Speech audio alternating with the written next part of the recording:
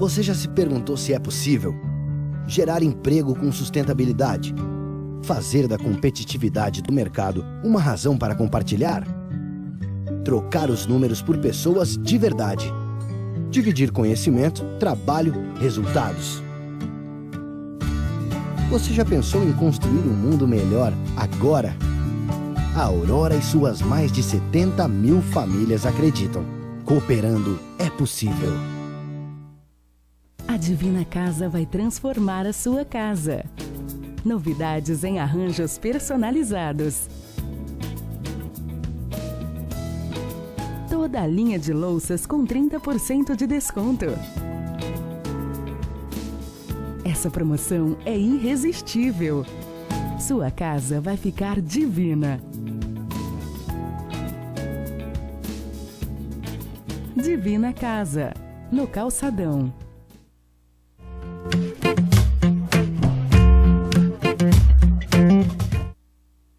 Estamos de volta com o Det Zandavala Entrevista e hoje eu recebo o advogado e coordenador do curso de Direito da UNOESC, Arthur Lozecan. Estamos falando da PEC das empregadas domésticas. Se você perdeu o primeiro bloco, pode rever amanhã a partir das 23 horas esse programa e também depois no tvsulbrasil.com.br e no detsandavale.com.br.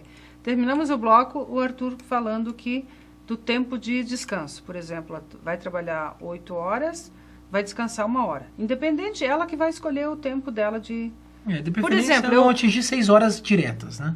6 horas... preferencialmente não atingir 6 horas diretas. Tá. Então, eu vou trabalhar das 8 às 12. Fiz as minhas 4 horas. Um pouco difícil, porque normalmente o almoço enquadra, né? É isso que eu vou te perguntar agora. Daí, eu trabalho nessa casa até as 12 e inclusive fazendo o almoço. Certo? O meu horário de almoço é considerado, é meu de direito.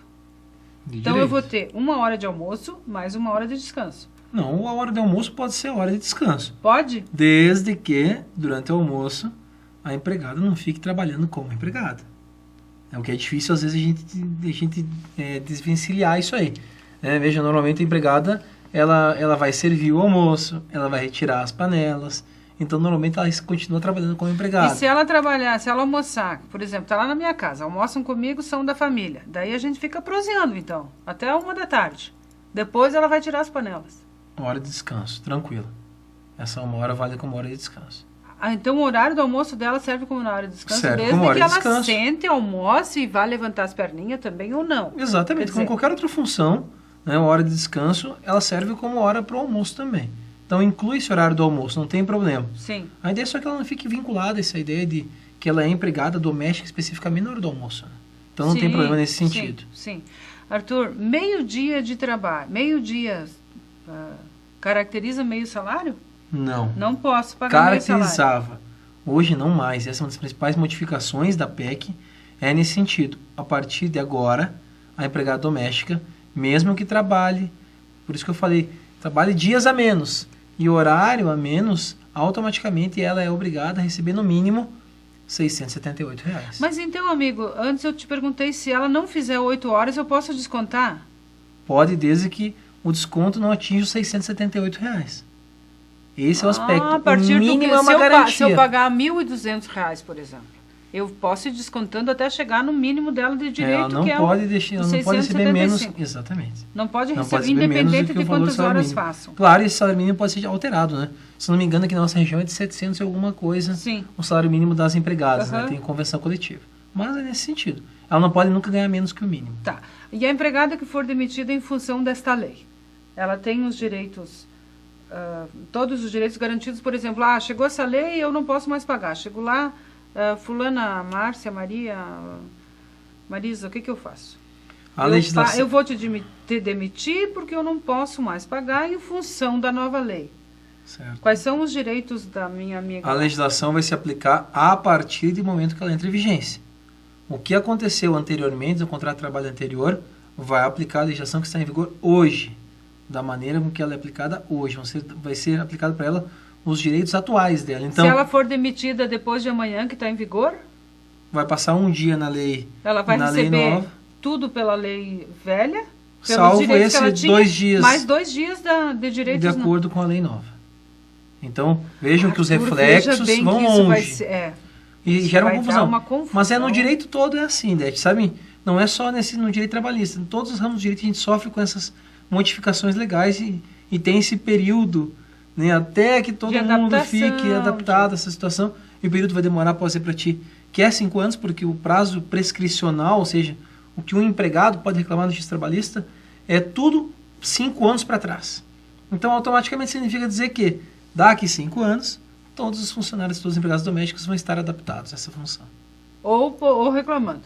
Ou reclamando já. E aí já andando na justiça, né? Que pode ser também. Tá. E daí quando o empregado... Eu tenho a minha lá que dorme no emprego. Quando o empregado dorme no emprego, como é que a gente faz? Bate cartão? Tem livro ponto? Como é que funciona? Esse vai ser Por exemplo, trabalha até às 5 da tarde, daí às 5 da tarde, bom, tá liberado, agora não vou precisar mais de você.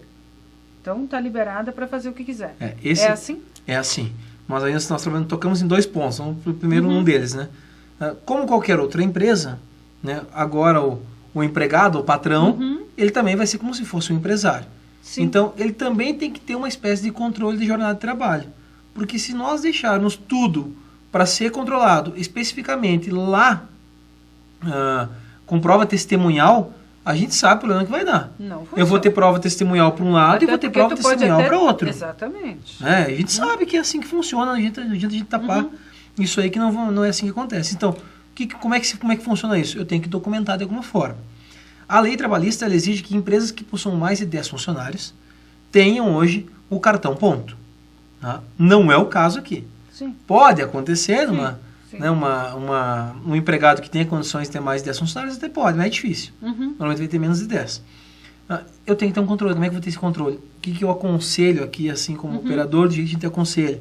É que compre lá um caderninho ponto, né? Hoje tem aqueles cadernos ponto. A pessoa chega e assina. A pessoa chega, assina, a hora que ela para o intervalo dela, ela assina de novo, volta a trabalhar, assina de novo e na saída assina. Parece cansativo no começo, mas com o tempo vira uma rotina e a gente nem percebe o que está fazendo. E então, isso vai garantir tanto o empregado quanto o empregador. As duas partes. É muito importante isso. Tanto para o empregado quanto para o empregador. Tá? Para que evite discussões aí possivelmente depois com relação a extra-jornada, intervalo intra-jornada. Tudo isso, se eu tiver o cartão ponto assinado, vai facilitar.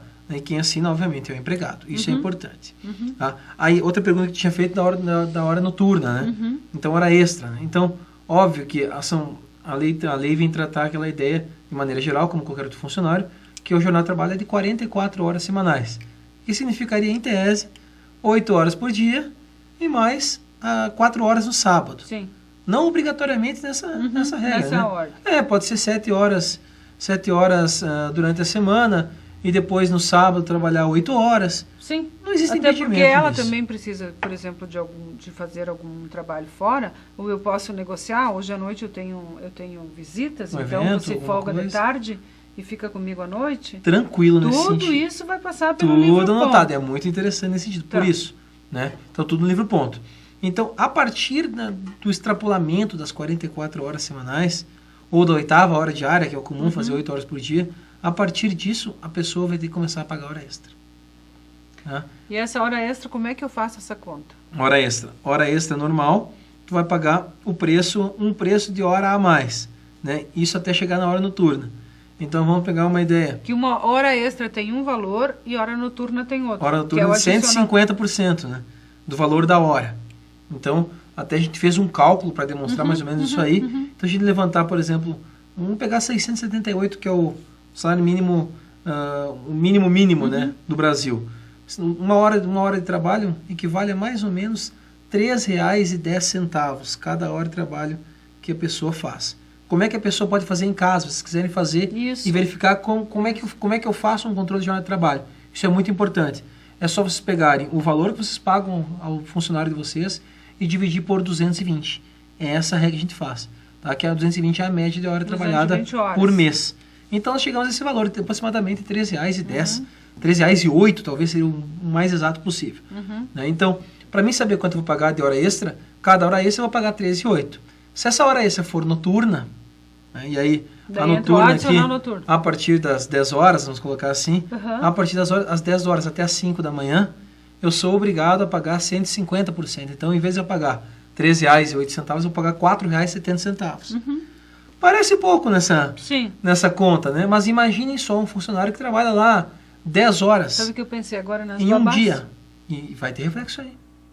Vai ter Porque reflexo. a babá, normalmente, ela vai auxiliar em ajudar o bebê à noite, ou quando a mãe não está em casa, quem vai olhar a criança, cada vez que ela levantar, ela vai ter que assinar o livro.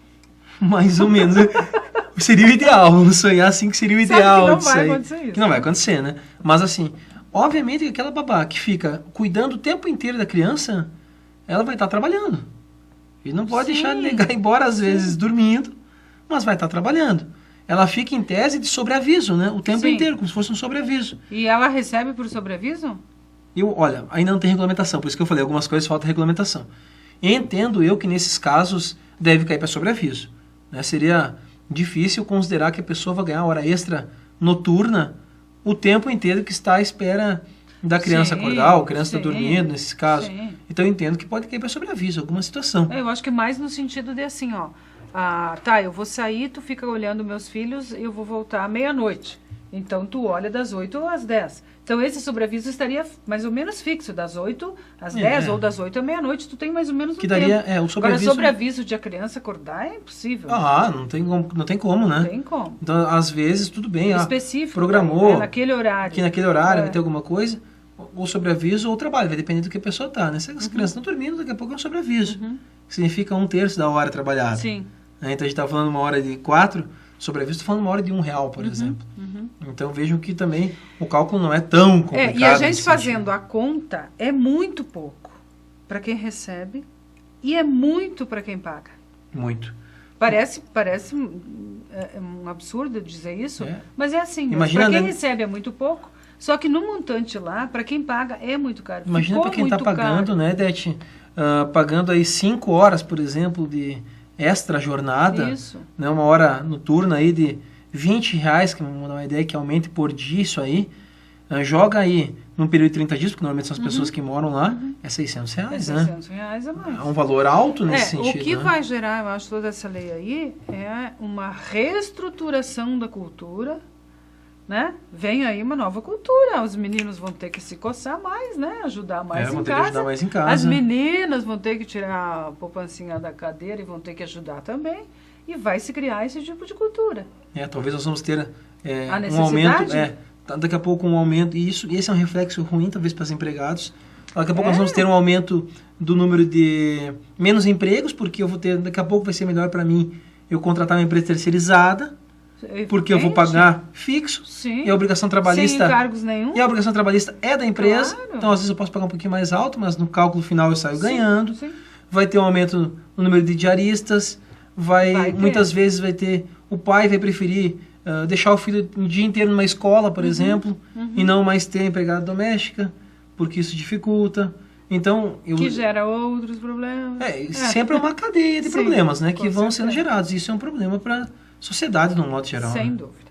Então, nós vamos para o intervalinho, que tem muito mais. Quero saber aqui com o Dr. Arthur se dá para diminuir salário. Vamos ver. Então, depois, no próximo bloco. Não sai daí.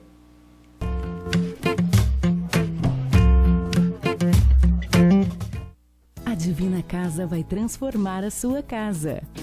Novidades em arranjos personalizados. Toda a linha de louças com 30% de desconto. Essa promoção é irresistível. Sua casa vai ficar divina. Divina Casa, no Calçadão.